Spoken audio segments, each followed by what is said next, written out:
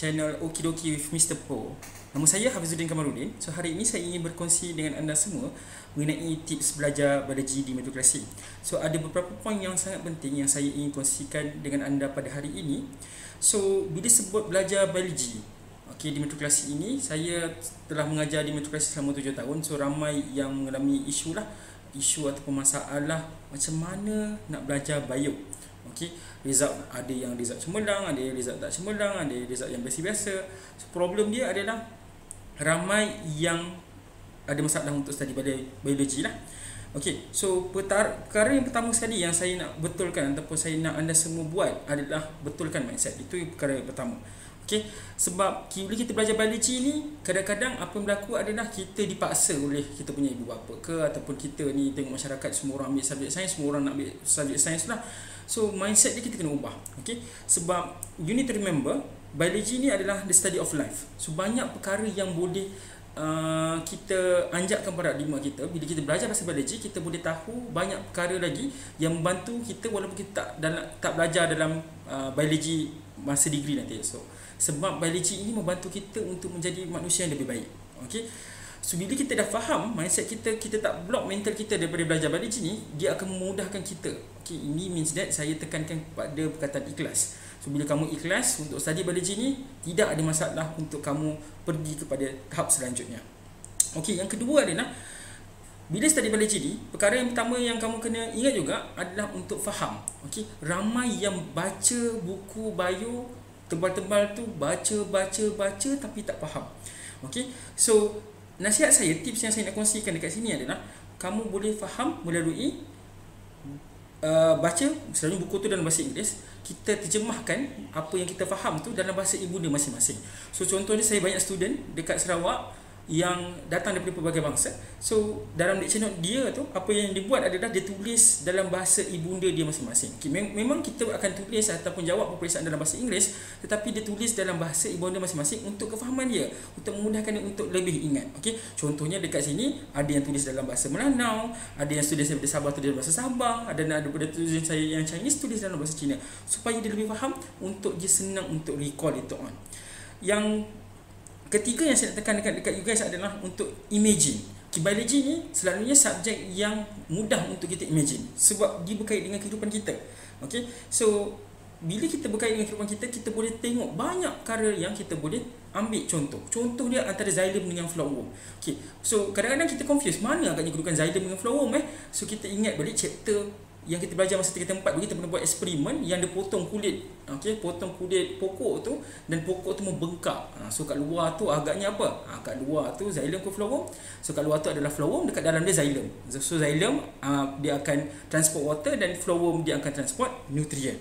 Itu yang kita kaitkan dengan benda yang kita dah tahu. So bila belajar bio ni, cuba kaitkan example yang ada ni dengan example yang kita dah biasa dengar atau biasa kita dah ada dalam experience kita. So kalau kamu tak nampak lagi, kamu boleh tengok gambar-gambar yang ada di dalam lecture note, ataupun gambar yang ada dalam buku Campbell, ataupun kamu google gambar itu, supaya kamu dapat understand lagi mendalam lah mengenai subjek inilah.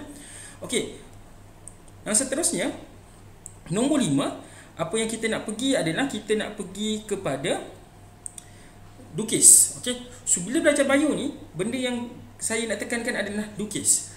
Kadang-kadang kita takut untuk melukis, walaupun nampak macam kita salin balik lecture note, tetapi sebenarnya dia membantu kita untuk memahami topik tu dengan lebih mendalam. So bila kita lukis, kita akan label. So bila kita lukis dengan label, bila kita faham benda tersebut, dia memudahkan lagi untuk kita faham proses ataupun cara-cara ataupun tempat location dekat mana perkara itu berlaku. So dekat dalam kelas saya, kalau kamu berada di Metrik Sarawak nanti, later on, kamu akan banyak lukis dengan saya lah. So saya akan banyak ajar kamu lukis. Seterusnya, yang kelima adalah study guna keyword. So bila kita dah faham, tadi kita dah understand, kita dah imagine, kita dah lukis, kita ambil keyword-keyword yang penting yang ada dalam satu topik yang kita akan belajar. So bila kita dah faham keyword itu kamu boleh definisikan dengan tidak ada masalah. Di keyword macam ni, tak semestinya kita kena hafal ayat tu sebiji sebotol ataupun ayat tu directly dengan apa yang kita ada dalam lecture note tu. Kita boleh tweak ikut bahasa yang sesuai. Kadang-kadang apa yang berlaku adalah kita takut untuk tweak ayat tersebut menggunakan bahasa yang kita lebih faham.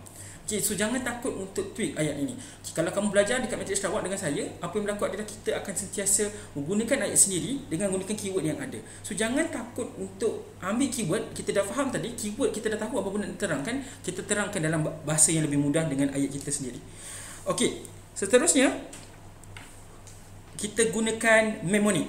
Okay, so mnemonic untuk memahami proses ataupun step. Okay, saya pernah ambil master dan banyak saya ambil exam. Sebab masa saya course work suram banyak exam yang saya kena ambil. So saya kadang busy. So apa yang saya buat adalah saya ada mnemonic. Kita dah baca, kita dah faham, kita dah understand. So apa yang kamu kena buat adalah kamu boleh gunakan mnemonic, okay, untuk ingat semua benda. Okay, so contohnya kalau student saya untuk function of protein dekat dalam kita punya plasma membrane, dia akan ingat test CHA. Okay, kalau untuk properties of water, dia akan UV, SLS, LM. Okay, so kalau untuk chapter semester 2 nanti esok, kita ada cellular respiration, kita ada Chiosao, lepas tu kita ada Pipliorsus. So benda-benda ini walaupun saya sebut secara random, membantu kamu untuk faham, untuk ingat, untuk mudah untuk recall. Okay, sebab biologi ni kita nak kena faham step dan kita akan recall dia kembali. So mnemonic ni sangat penting. So jangan takut untuk buat mnemonic yang funky, mnemonic yang menarik, mnemonic yang kreatif untuk memastikan kita ni mudah untuk kita ingat later on. Okay, seterusnya yang saya nak tekankan adalah baca material yang telah diberikan. Untuk matriculation selalunya sumber-sumber yang ada, kita ada lecture note dan kita ada buku Campbell.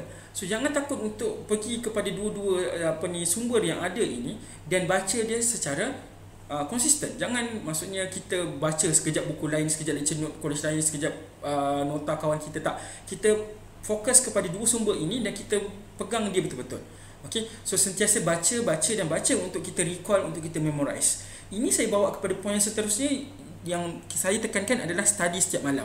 Okey, untuk student saya yang berada di Matriks Sarawak, apa yang saya akan buat adalah saya akan buat satu proses yang kita bagi sebagai bio drilling. So kalau kamu berada di kolej lain, kamu boleh juga buat dengan kawan-kawan kamu. Di mana proses ini kita akan luangkan masa kita setiap malam kita untuk kita study biology. Selalunya kita akan buat apa malam-malam? Kadang-kadang kamu nak relax, kamu nak stress kan. Okey, tapi ambil sedikit masa untuk kamu study biology, sebab setiap hari kamu akan dapat satu information baru yang di mana kamu kena adding up dengan belajar pada malam tersebut. Okay, sama ada kamu baca balik ke, kamu tengok balik nota yang ada ke, ataupun kamu dengar balik video-video lecturer yang bagi lecture dekat dalam YouTube ke, supaya kamu tak lupa. Okay, di mana kalau kamu tolak dia buat secara last minute, kamu nak compilekan semua sekali dalam masa-masa last minute untuk study di auto PSPM nanti esok, kamu terlambat. So apa maksud bio drilling ni adalah bila kamu dah baca, kamu dah faham, luangkan sedikit masa 10 atau 5 minit untuk kamu tanya balik. Sama ada kamu minta kawan kamu tanya, ataupun kamu tanya diri kamu, apa yang aku faham daripada apa yang kamu baca tadi. So itu perkara yang saya nak kamu buat supaya secara konsisten. Maksudnya konsistensi ni is important untuk kita faham semua subjek yang ada.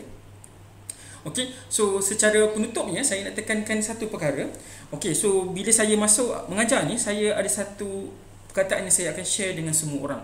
Yang saya akan share iaitu kata Imam Al-Ghazali, to get what you love, you must be patient with what you hate. So saya percaya ramai di sini kadang-kadang ambil biologi, ada yang minat, ada yang kurang minat. Ada yang ambil biologi ni sekadar untuk maksudnya memenuhi keperluan matrikulasi untuk dapat masuk degree. Mungkin ada nak menjadi engineer, ada nak jadi ambil law, ada nak ambil macam-macam lah. So kamu kena ingat lagi perkataan saya ni, saya tekankan lagi, to get what you love, you must be patient with what you hate. Okay, so untuk dapat apa benda yang kamu nak tu, kamu mesti sabar dengan perkara-perkara yang kamu benci. So di sini biologi mungkin adalah salah satu perkara yang mungkin kamu tak suka, tetapi bila kamu cuba untuk ikhlaskan hati kamu untuk menerima subjek biologi ni, kerana subjek biologi ni menjadi satu batu loncatan untuk kamu pergi dengan lebih jauh. So means that kamu kena sabar, kamu kena cuba yang terbaik untuk memastikan kamu dapat apa yang kamu nak pada selepas matrikulasi ini. So ikhlaskan hati untuk belajar.